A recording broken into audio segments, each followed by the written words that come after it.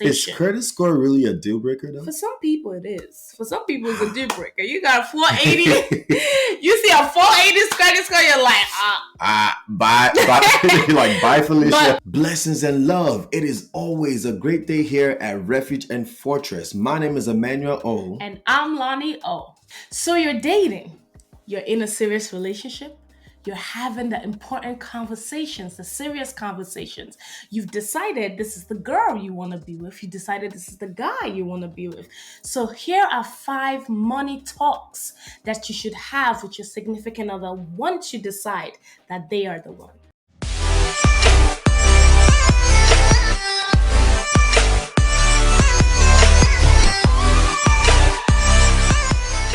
So number 1, you want to know where you both stand financially. Mm-hmm. What is your current situation, right? Yeah. Are you working? Is it a 9 to 5?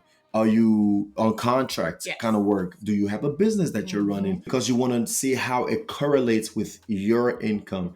If you're working or you're not working, you want to know how that affects each other, right? So if you're both making $25,000, now you're making $50,000. Right. If one person is making $100,000 and the other is making $50,000, now we're both making $150,000.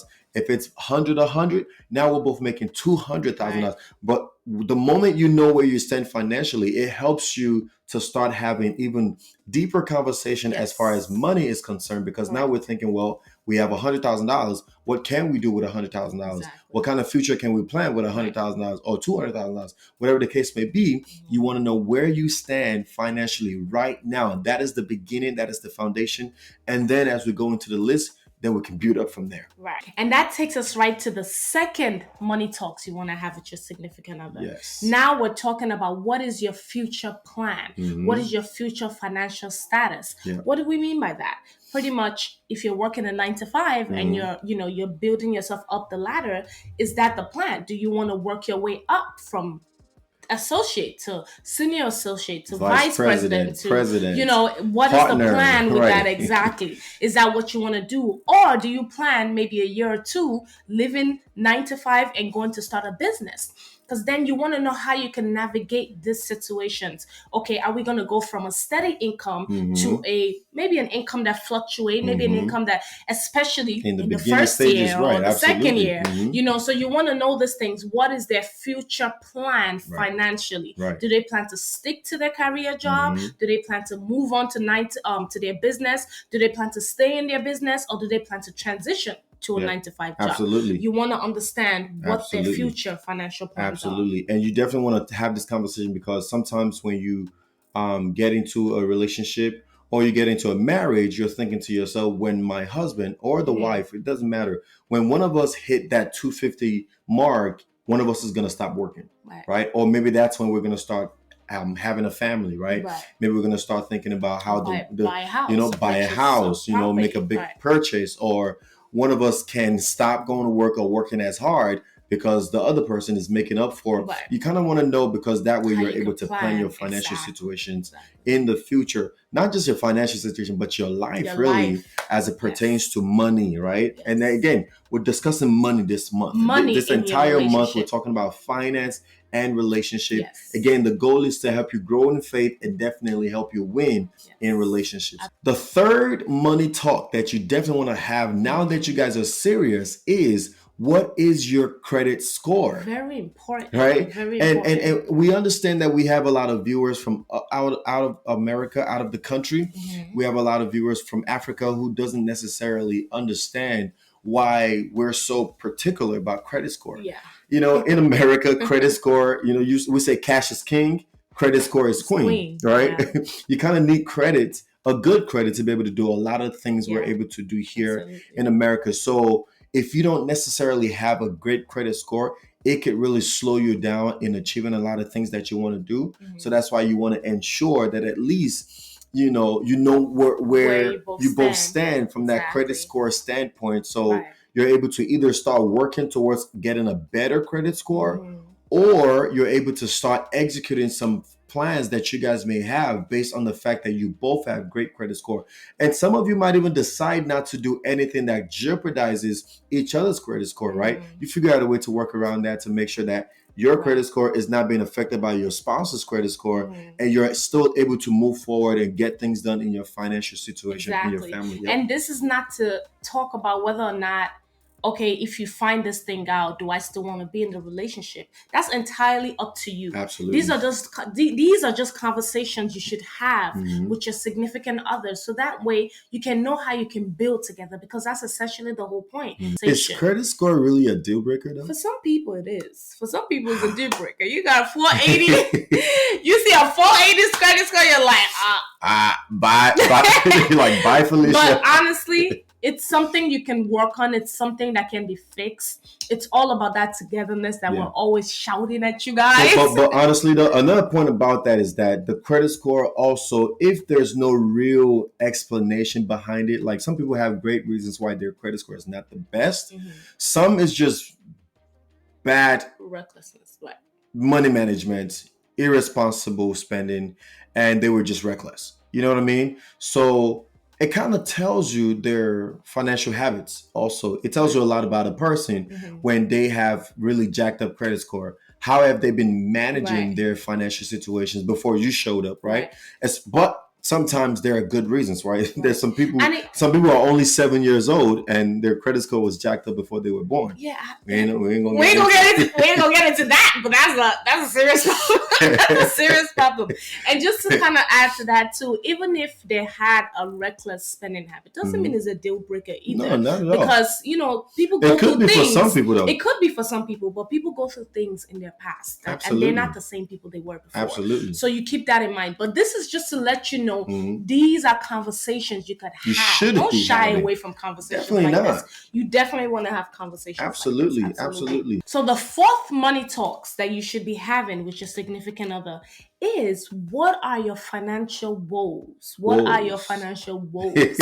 What we mean by that is, okay, do you have what is hunting you financially? Do you have student loan debt? Yes, that's hunting. Do you have personal loan debt? Do you have credit card debt?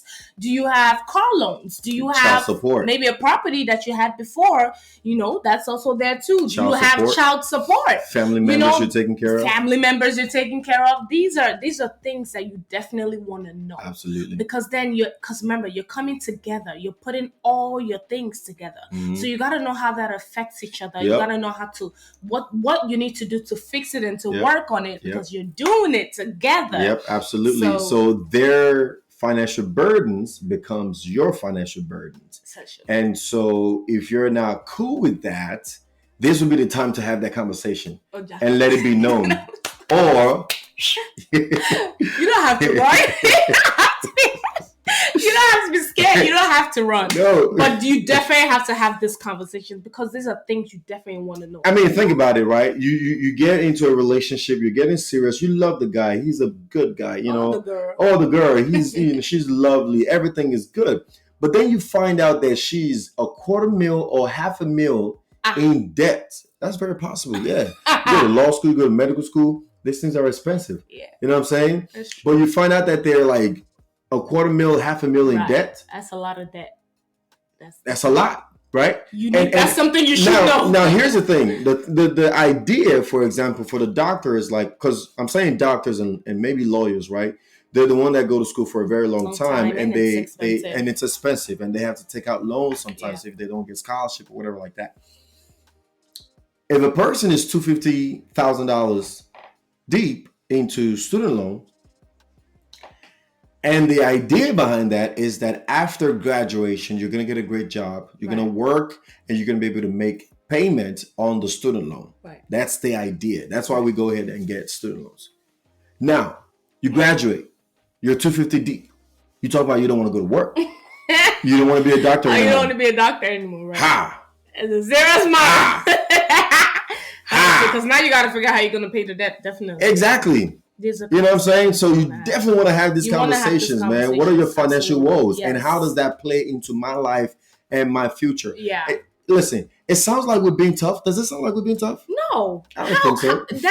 Listen, this is information you have to disclose to your significant other. Because how are you going to work on it together? You don't then find out later down the line, you want to purchase a property, and it's like, oh, you have this debt and this debt and this debt. And then it's like, oh my God, I did not know. Yeah. That's not conversations you want to have then, because then that would lead to you fighting over money. Go watch our other video. 5 tips on how not to fight over money. Absolutely. But that will lead to you fighting and having issues in the relationship. But if you're transparent with each other from the very beginning, nothing comes as a surprise to each other. So that's why it's very, very important to have this conversation. Yes, ma'am. And finally, this is my favorite part. What is your money love language? What is your money love language? We're not talking about the general love language as to touchings, maybe sex, maybe talking, all kinds. There's all kinds of You said the same love language. Oh yeah, I guess you know what my love language is. Hey, but TMI. But here's the thing: we're talking about money love language, right? What does that mean? I need to know. Do you want me to get you rose every Friday, right? When I'm coming back from work, do you need a flower or something, right? Do you want me to buy you expensive things? Do you want me to take you on vacation once or twice a month? Do you every weekend? What are your financial expectations as far as how you want to be maintained and taken care of? We're talking about maintenance and upkeep, right? So do you want to get your nails done every week? You want to get your hair done every week? You want to do your makeup every week? Yeah. Or you don't mind once a month? Or, what are your money love language? I need to know so that I can start working towards that. Do I have to take your friends out to dinner? Absolutely. Do I have to I'm taking you out to dinner, and I got to take 2 or 3 other... Oh, you invite your friends over and I got to pay for their food. Listen, this happens. Maybe not over here, but this happens. You go out on a date with your girl and she invites like her friends. Yeah, Lagos girls. I got it. It's not just Lagos girls. For you. It's just girls, period. Well done. Not that American. No, but this is crazy. You take out your girl, let's go out to dinner, and she comes with like 5 of our other friends. Oh, and you got to take care of all the shocking thing for me is the guys that just sit there and they're like, and they act like there's nothing to do. And he whips out his wallet and pay for all their food. No. It's not even that. It's like deep down. He knows, oh my goodness, this is trouble, right? But he sits there and just takes it. Yeah. My guy. Yeah. Get up. On my phone. Go to work. Okay, in fact, the money I will use to pay for that food, my love, I'm mopping stick. Use it to buy dishwasher. Use it to buy robe. I'll eat with them and say I'm coming. Excuse me, I'm coming. Somebody's calling me. They wash plates. No, but seriously though, people do this, and some guys are okay with it. Yeah. Okay, so is that part of? And there's some girls. I forgot. Like I wanted to also mention this, right? Some girls. Maybe some guys, I should say now. How do we put it, right? So some girls like getting their men expensive things. Yes. And there's some guys who like that. Yeah, it goes both ways. They have high maintenance. They have high upkeeps. They want you to spoil them, you know. And they're gonna do the same thing for you, and they expect the same in return. Right. Most men don't care for stuff like that, but there are some guys who do. So you need to know, as my man, do you want me to get you birthday gift every year, or do you expect me actually getting you gift as we go throughout the year? Right. Like we need to know, so we know how to kind of budget and navigate that. And put that in place. All we're talking about here is transparency in the beginning. Yes. You don't want anything to come as a surprise down the line. Once you know each other, you know the way you guys work, you know your background, you know all these things. Go watch all our videos because we really drop some gems. Entirely. This whole month we've been talking about money and relationships. And even the previous, help you win. Yeah, even the previous videos, we talked about the things you should know that's not financial about the person before you commit. Now we're talking about financial things you should know. Yeah. So these are important things. We're talking about transparency. We're talking about helping you win in your relationship. Absolutely. So at the end of the day, talk to each other, communicate with each other. So down the line, when you say I do, when you commit, when you whatever you want to call it, there's no surprises. And you're on the same page, Absolutely on the same page. Yeah. And that's all we have for today. We hope we've shared a tip or two to help solidify your kingdom union today. Yes. Don't forget to like, share, subscribe, and comment down below. And as always, be the light, be the salt. And remember, all things are possible if you believe.